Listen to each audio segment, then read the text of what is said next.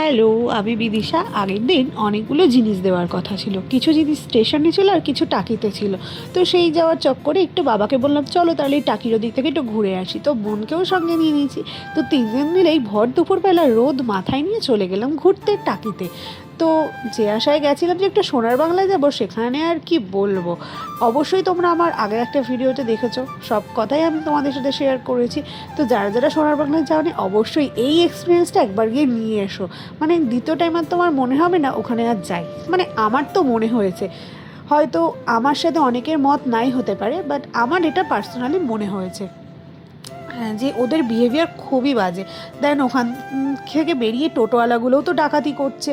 জানি না এত টাকা কিনা, আমি লিটারেলি জানি না। ওখান থেকে আমরা অটোয় করে চলে আসি গেস্ট হাউসে। টোটোওয়ালারা তিনজন 100 টাকা বলছিল, সেখানে আমরা 10 টাকা করে অটোয় চলে আসি। দেন চলে আসি গেস্ট হাউস এসেই খুব খিদে পেয়েছিল। ওখান থেকে ছোট্ট একটা হোটেলে ঢুকে খেয়ে নিই। এখানে তিনজনে ভাত খাচ্ছিলাম দেখো, আর সামনেই একদম পুরো নদী, একদম ওই হোটেলটার ধারেই নদী, আর এখানে কত কি দিয়ে দিয়েছিল। দেন ছিল এর সাথে মাংস ভাত, খুব সুন্দর খেতে ছিল। মানে ওই দিনটা কিছুটা খারাপ গেলেও হয়তো এই খাবারটা খাওয়ার পরে একটু ভালো গেছিলো।